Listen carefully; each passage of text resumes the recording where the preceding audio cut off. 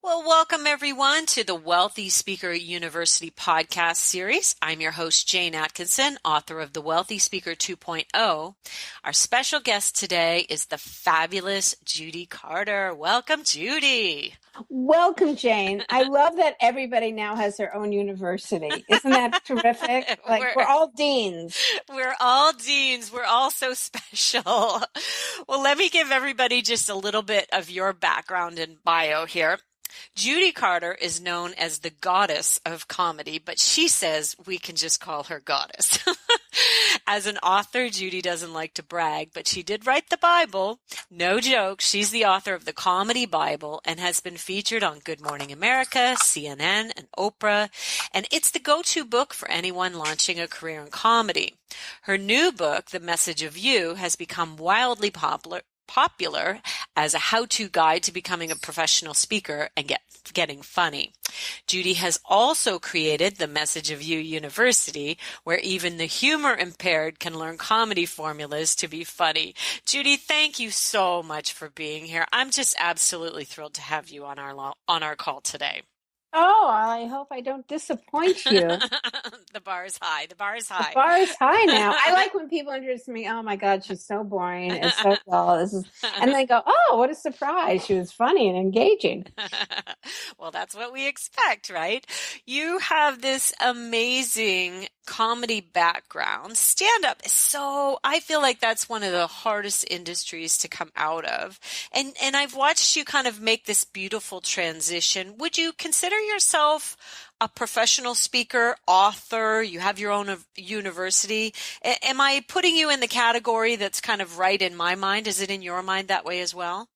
Yes, I was a stand-up comic for 17 years. I just wrote a blog about my days opening for Prince. It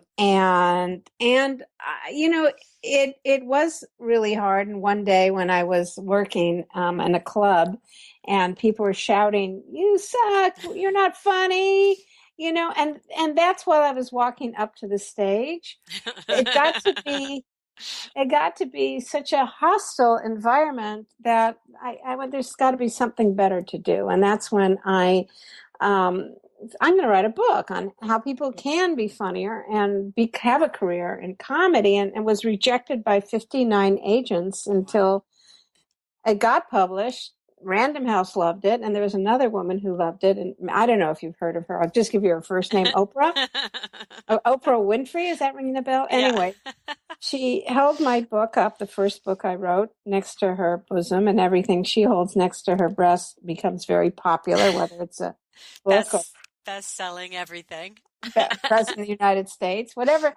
She's amazing, and that really launched my career. And then I was asked to speak. And I hadn't done that before. And I went, oh my goodness, they pay me so much money. I then developed speaking about stress, and because turning basically problems into punchlines. And that just totally took off. And it wasn't exactly there on career day. Oh, learn how to become a speaker. It's that profession is such a great profession. I just love doing it. Wouldn't you find that after stand-up, which has all kinds of grueling hours and, like you said, the hecklers, did you find that the professional speaking was just so much kinder and just easier to do? Yeah. People paid you better. People paid you better. For one speaking gig, I was making more than it took me to make a week of doing stand-up comedy, 9 shows a week. Right. And I've flown all over the world. I've spoken from China to Sweden to Russia to Fresno. I mean, I've spoken in so many different places.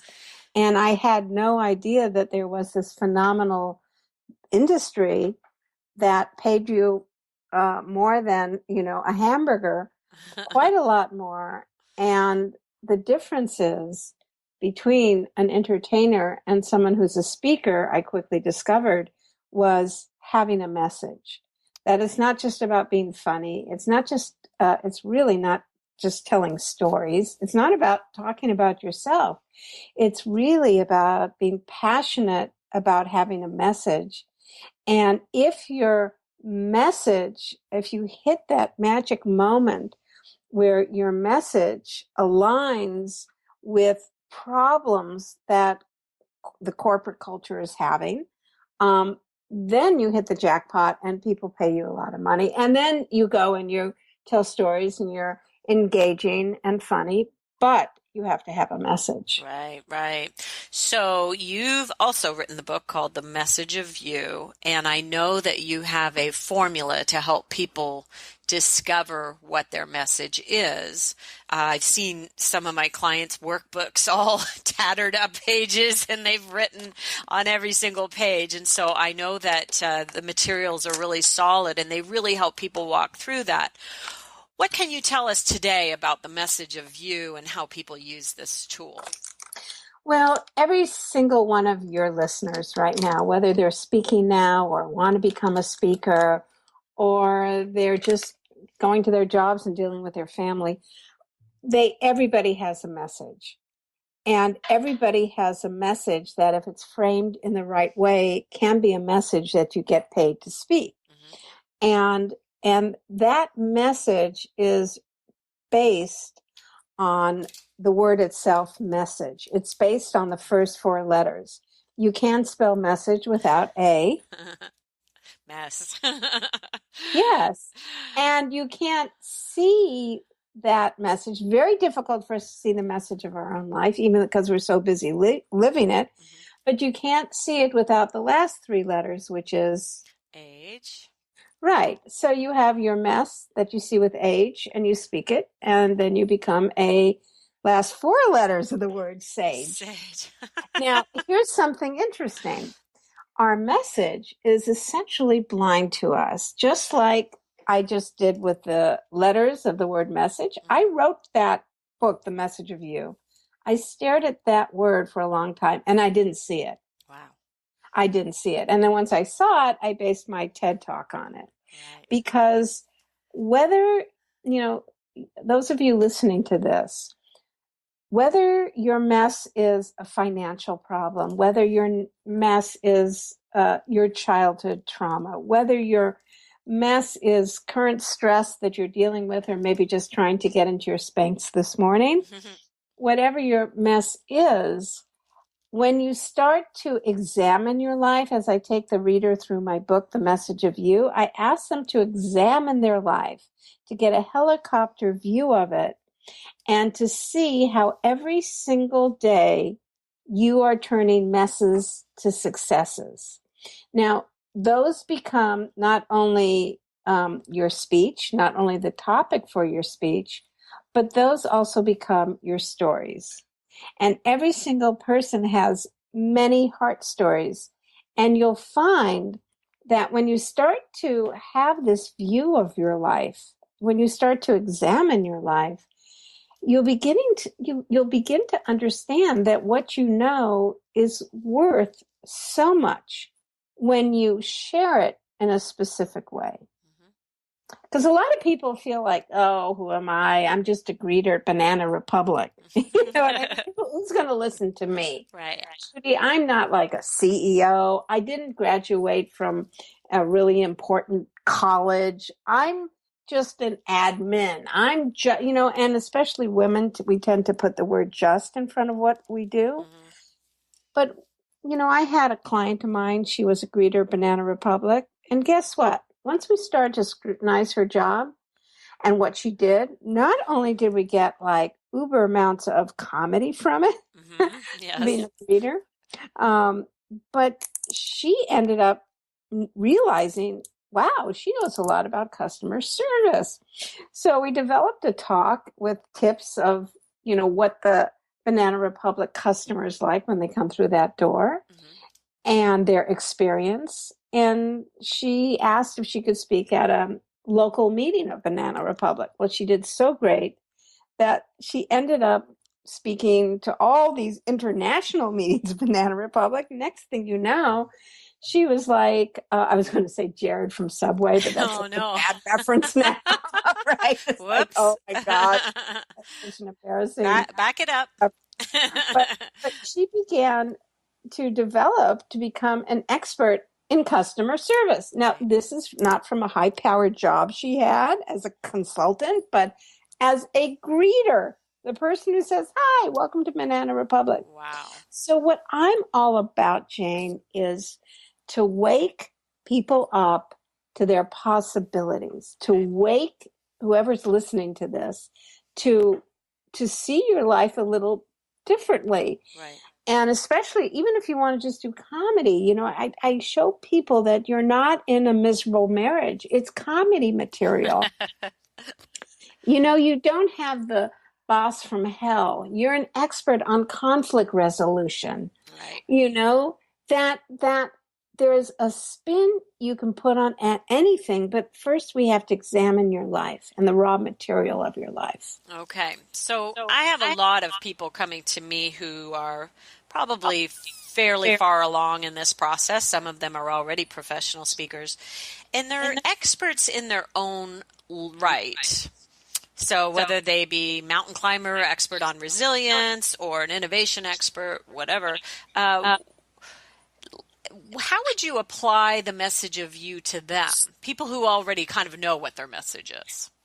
Okay, well, I have a 7-part structure formula, as I like formulas. And my father was a scientist and my mother was a choreographer. So I have excessive right brain, left brain, both of them, because I like to take creativity and make it accessible so people can write a speech. So in the message of you formula, I take people in the online courses. We start with your credibility, and your credibility has to match your topic, right? Right. So you have to take what someone's already paid you to do. Because I've had a lot of people talking about, I want to really talk about living your dreams and getting past losses and, and to be the person you can be. And I'm going, sounds great. It sounds like you're talking about, redesigning your life, and great. And so he's telling me he's lost all this money and then he got homeless. And then I go, so, and your life now, you're really rich? And he goes, no, I'm still homeless. And I go, like, no, you can't. Yeah. You're a fraud. You really can't do that. So in the message of you formula are credibility, everything that you've done, you look at that, and then you look at speaking topics. And there's only really about a dozen speaking topics. And I give people a list of them and go, okay, what matches here? Now let's go back to the very first part of the message of you formula. And this is the secret to getting jobs. This is the secret to writing your speech. This is everything. Okay. So speakers are hired because they solve a problem. So we're going back to the first part of the word message, mess. All right. So companies have a certain mess. They go, well, we're not telling people, we're going to announce to people that we're downsizing and people are going to have to do more and get paid less. Hey, let's get a speaker to talk about change is good, right? That's what they do. They hire a speaker based on a problem. All right. So whether that problem is that, well, there's been sexual harassment suits because of inappropriate joking. Let's get Judy in to talk about how to joke appropriately in the audience, right? So it's based on a problem. Right. So you need to know what is the problem of the audience. All right. So the first part of the message of your formula is, how people who are admins have this problem, multitasking. They're given overwork, too much work. They have burnout. What is the exact problem of the audience? And that is actually how you create comedy. So when I do an hour speech, I do not mention these words in the first 20 minutes. I, me, or my. Okay? I use these words. We, us, you. So how many of you are stressed? How many of you, and so I'm talking about stress reduction, I'll go, how many of you get to the office and you listen to your voicemail? What do you hear? You're not doing things right. You're way over budget. You don't care enough about people. And that's your husband. Then you got your client. So anyway, what does this do? People in the audience love you, especially if you do your homework and you call up people you're going to speak to. I always say, hey, what are the problems facing? What are your challenges? That's the word they use in corporate speak. But then what I do is I say, hey, can you give me the number of 3 people who hate speakers? Like the crankiest people in the audience, the people who are just like, nothing makes them happy. Yeah. Can I have their phone number? And I'll call them and I go, so what issues are you dealing with? Now, what have I done in that? When I go up on Totally stage, diffuse the situation. exactly. And they'll the person, oh, I helped her with that. Yeah. So it's sort of a way, because, like I say, I started our conversation by saying I'm, from hecklers, I'm, Exactly. but wow. I mean, if you want an audience to love you, because that's what I do, I help people write, their speeches. I write TED Talks for people. And the big secret is, why don't you start your speech with something that people really, really care about themselves? So that's the biggest secret, because it shows you have empathy. It shows you've done some homework. It shows that you care about them. Now, to the speaker goes, I'm going to start with a story about me. Well, you know what? The audience really doesn't care about you. And I just think that's a mistake. I think you can go into that a little if you want to, open with a joke about yourself. But I really believe in hitting on the nail, the reason why you're there. They have a problem. And you're going to show them how to turn their mess to a success. All right. All right. So humor obviously is one of the hardest things, I think, for regular everyday people. Not for you, obviously. Why do you think it's so difficult? People, do they just think, oh, I'm not funny? Well, okay, let me ask you something, Jane, right now. And I want your listeners to think of this as well. Sure.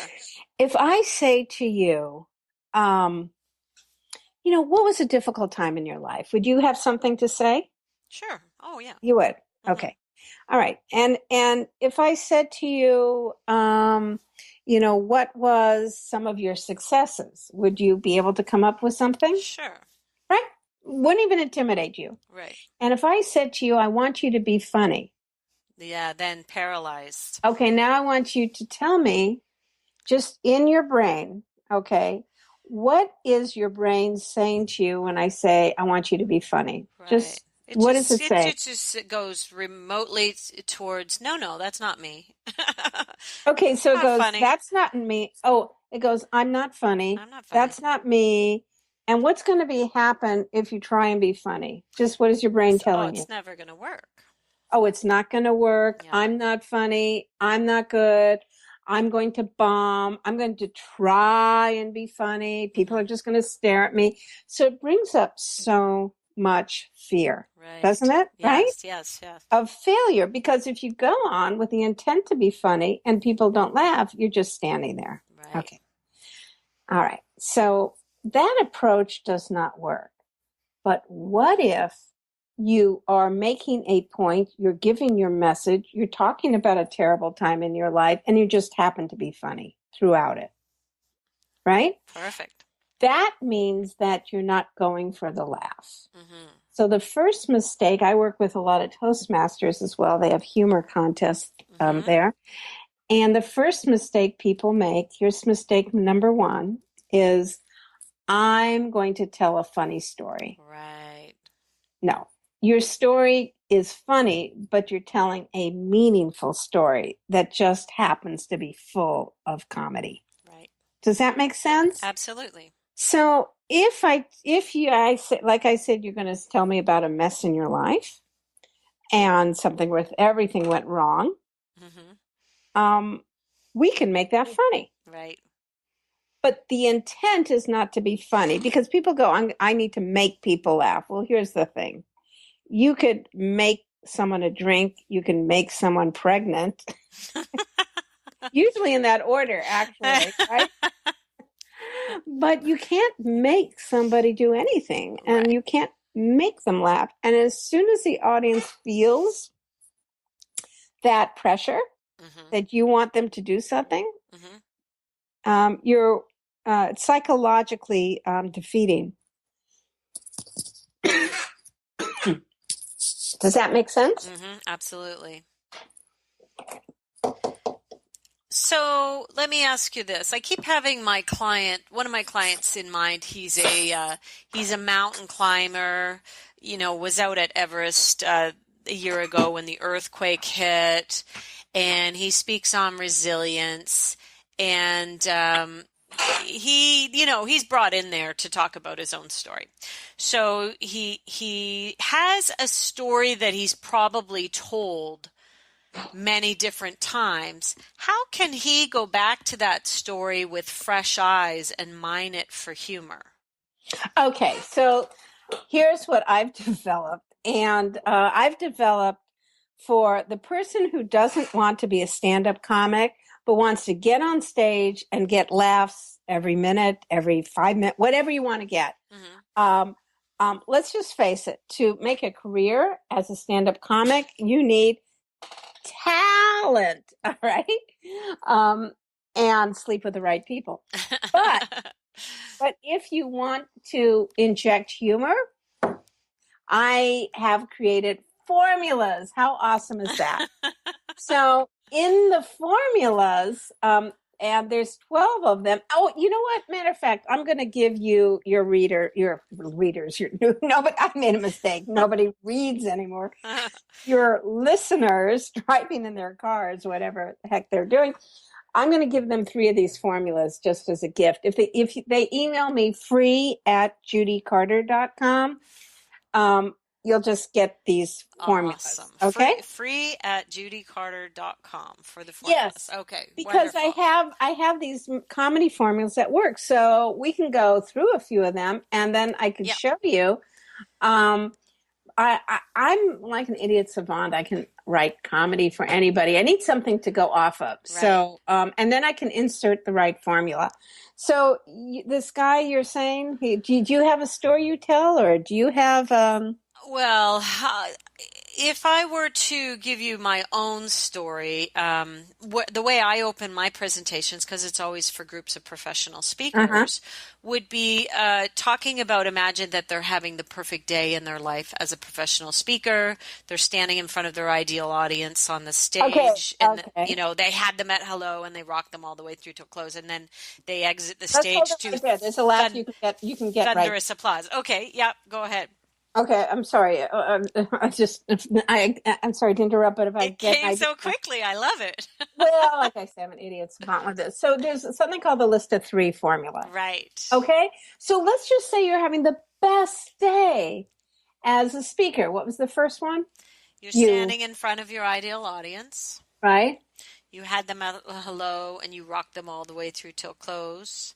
Uh-huh. And then you're exiting the stage to thunderous applause. Okay, so that's like 4 of them. So let's just say so list of 3 has to have a turn. Okay.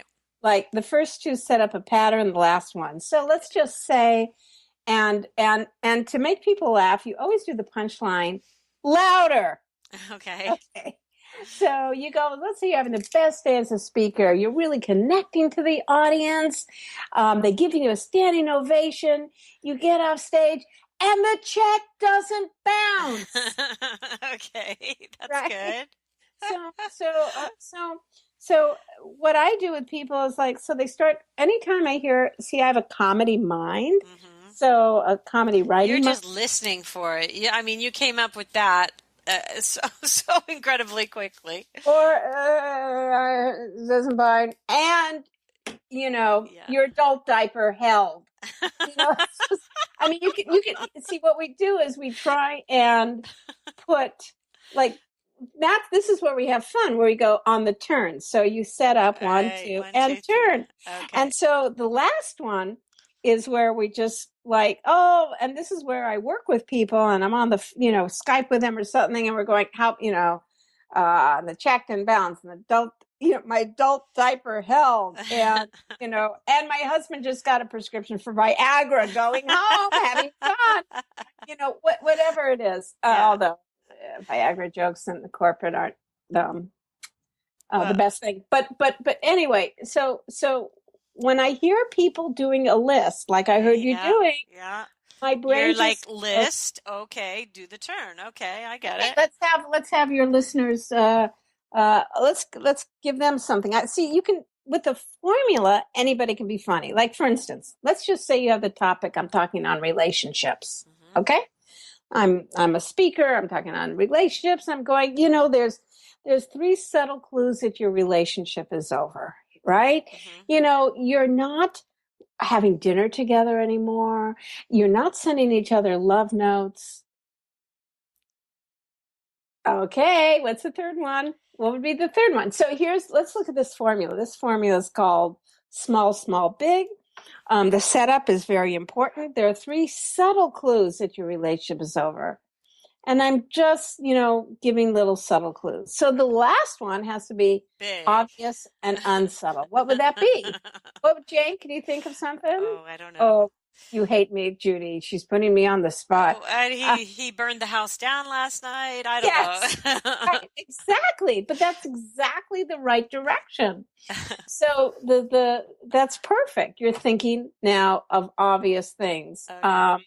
So we're not communicating, we're not kissing as much, I wasn't invited to his wedding. We can keep going on. And now I'm sure your listeners, right? Yeah, I'm imagining, I'll just imagine them loving me. That's okay. But I'm imagining them like doing their own right now. Because that's the beauty of a formula.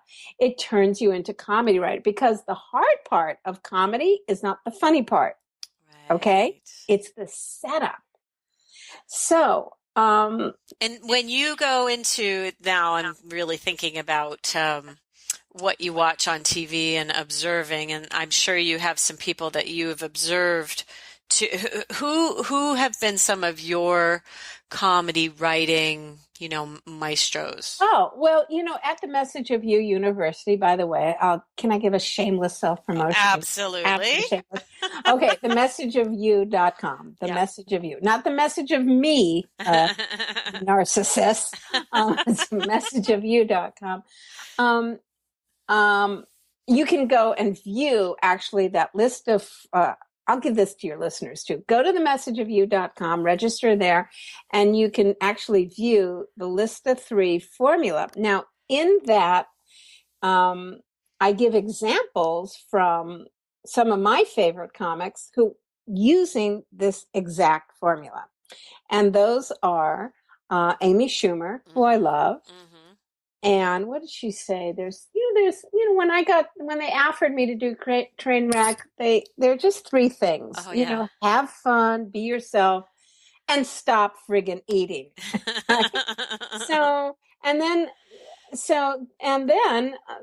Another person I have who is a great comedy writer is Chris Rock and Wanda Sykes. And oddly enough, I found out that in Amy Schumer's last HBO comedy special, Chris Rock directed it. Wow. Or produced it. But anyway, he was involved because you can see she was really not murky with her comedy, but dead on.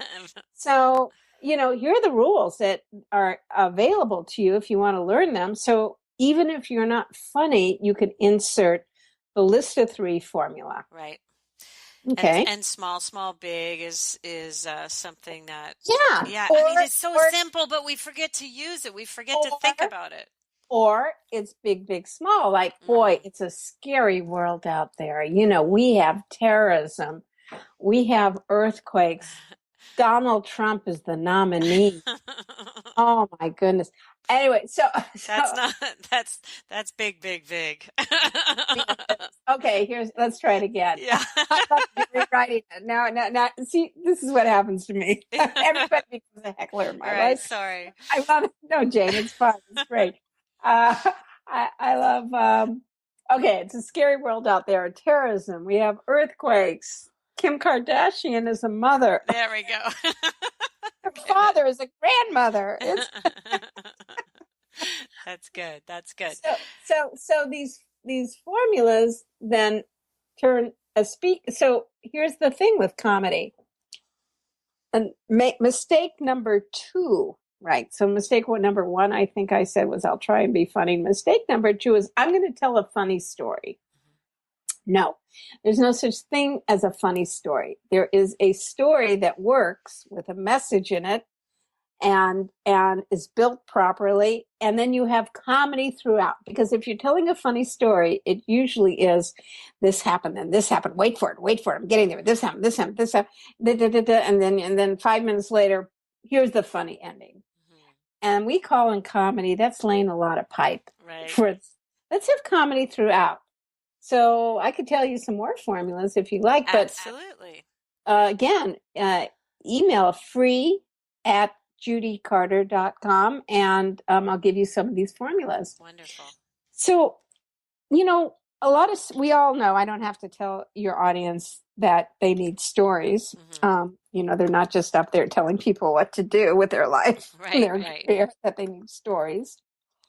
And no matter what kind of story you have, no matter if you tell a story about your mother's tragic death by gunfire, your bout with cancer and how you survived it. There is no such thing as a topic that cannot be funny. It's really, I had when I was teaching comedy, I had a student who, was trying to find what she was going to talk about. And by the way, the people who don't have problems aren't funny. If you're not willing to, like I had one person who was going, no, everything's great in my life. My kids are great. I've never been rejected. And it's like, you menstruate? I mean, it's like how can you, you're just not present. You're on drugs. I don't care, but you're not funny because, it's just not funny. So when people go, I've been divorced, we go, great for comedy. And then this woman said, I have cancer. And I'm going, oh, I don't think we can make fun of that. No, and I'll never forget her. She really taught me a lesson. She stood up and said, this illness has taken away my health, and I'll be damned if it's going to take away my sense of humor. And she got on stage, and this is when I was teaching stand-up, and she said to the audience, I have cancer. Maybe you saw my bumper sticker outside. Lose weight now. Ask me how. Wow. Isn't that transforming? And then she went on to write a book about it. Yeah. And, it's that message you turn to a success by once you can find humor to a problem. Right. It's like the spin you put on it. Your son wasn't arrested drunk on the TV show Cops. You have a relative in show business. It's really about your way of looking at things. I love so it. This formula, the next formula is the ACT-OUT formula. Okay. Should I do that or the reluctant admission? I've got so many. And I told you, I'll email them free@judycarter.com. Just email me and you'll get them. The ACT-OUT formula is don't tell your story, be your story. Right. And in this, we act out things. The act out means that rather than doing a narrative, gosh, my mother would tell me, get my hair out of my eyes. You become your mother. You become your grandmother. Right. You rather than saying, get your hair out, my mother said, get my hair in my eyes, I would say, my mother would say, Judy, you've got such a pretty face. Get your hair out of your eyes. So even if you're not trying to be funny, which that isn't funny, but it makes you so much more dynamic. Right. You're now in her character. Her voice is your voice. And they know there's a distinct difference between the two of you. Yes. Not only that, I am no longer talking to the audience. I am my mother talking to me. Right. That means I'm in a scene. Okay. Right. So the way to tell a story is jump from scene to scene. Right. and then become that person. So you're no longer speaking to the audience. You are imagining yourself in a scene. And that's why I say to my I have the joke I said to my grandma about my grandmother. I love this joke. It's like, I tried to explain to my Jewish grandmother about sperm banks. And she said, What is this, Judy? What? How do you trust a place? Everything's frozen? Nothing's fresh? What? Oh God, that's funny. But that's the act out. So you would have, now, would you move your position for that, or would you do it standing exactly the same place? You don't do, like, if you're a guy, you don't do, and my wife would say, and so you don't do that fun. No one's going to go and say, I know your mother and she doesn't sound like that. Right. All you do is you feel them in your body. Okay. You stand like they stand. Right. And it magically happens. And you don't change your voice so much. You don't do a big, like you're in acting. Okay. You just indicate it. It's not like, oh, I've got a Meisner method and I've got to feel it. It's just, Okay. it's just stand like they do. Okay. Fair enough. Wow. I think that we could go on and on about humor for quite some time, and I'm so appreciative of you giving your formulas to the audience. That is fantastic. So I just have a few more questions for you, and I'm hoping that anybody who wants those will go not take advantage. This is a great opportunity, so they would be foolish not to. Free at judycarter.com. So let's shift over a little bit to TED Talks. Yes. You had written a beautiful blog post for me on how to write a TED Talk in 20 minutes. Yes. Tell me about that. Well, basically, I've written TED Talks for people. I just wrote one for Dahlia Mogahed that was noted as one of the best TED Talks ever delivered, which I was thrilled. She's a Muslim woman talking about Islamophobia. I'm a Jewish woman, and I wrote a Muslim woman a TED Talk. So that is pretty damn cool right there. A TED Talk is not your story. That's the first mistake people make. As a matter of fact, if you write me at free@judycarter.com, I am going to be releasing a video on how to do a TEDx talk, how to register, how to join, how to find your idea, how to do it.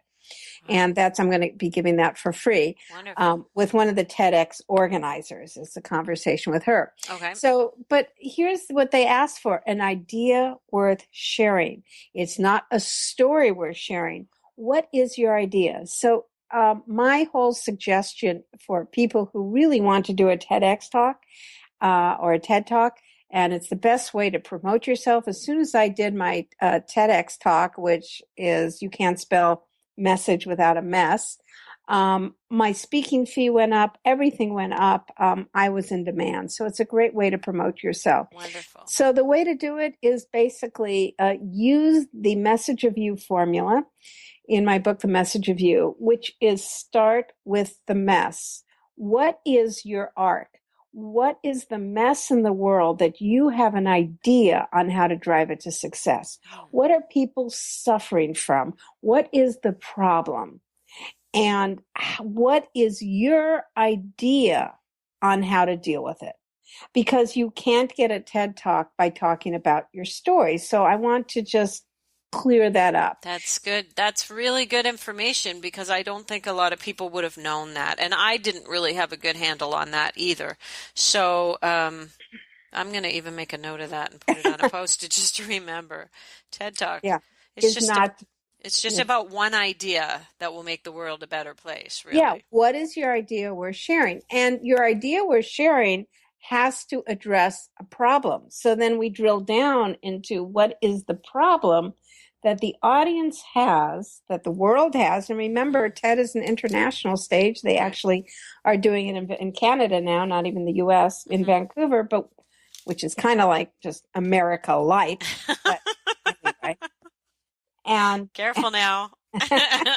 Oh, I'm just angry at them for you're all gonna love us when Trump gets elected.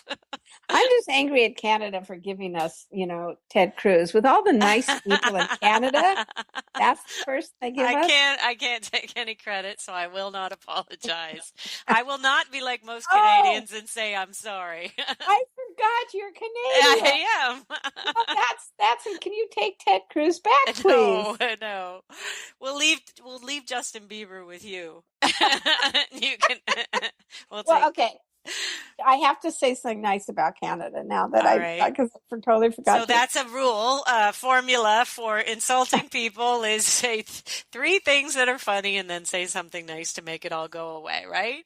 Well, it's not exactly insulting. It's true. Um, It's you true. gave us Ted Cruz. He's a I know. Canadian. I'm sorry.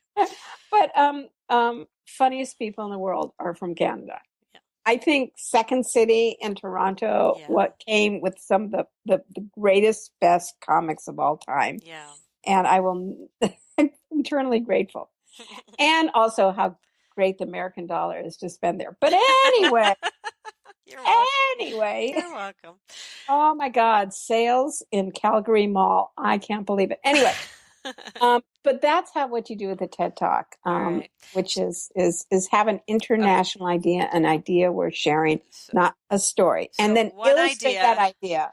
illustrate that idea with a story. I just wrote a TED Talk for a guy a psychiatrist at Harvard, who is talking about trying to understand when things that medical science doesn't understand, when somebody heals themselves through spiritual, healing through spiritual. So Mm-hmm. people who have a debilitating illness that science says, no, we have no cure for you. And they are still Wow. alive and we don't know why. Oh, I And want to see that TED Talk. he did a great TEDx, it was a TEDx talk. And now from that TEDx talk, he just told me he's been offered this huge book deal. Wow. So it's the best way if you are a writer, or an entrepreneur, to sell your books, to sell your services, to sell your products, is do a TED Talk. Mm-hmm. Enough said. Okay. So let's talk a little bit about, say, one of the people that you have helped and written the speech for them.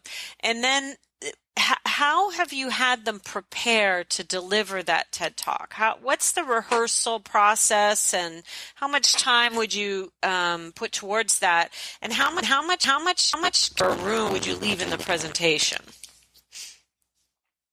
Well, when you do a TED Talk, which I think her TED Talk was 12 minutes, I can't remember exactly, but it was around that 12 to 17 minutes.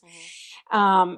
And then you have to come in earlier. It's best to come in earlier than later, because you have to leave room for laughs and audience. But what I do is, first of all, to remind is, number one, picture what you're talking about. Mm-hmm. You're not just saying words, you're creating pictures in people's minds.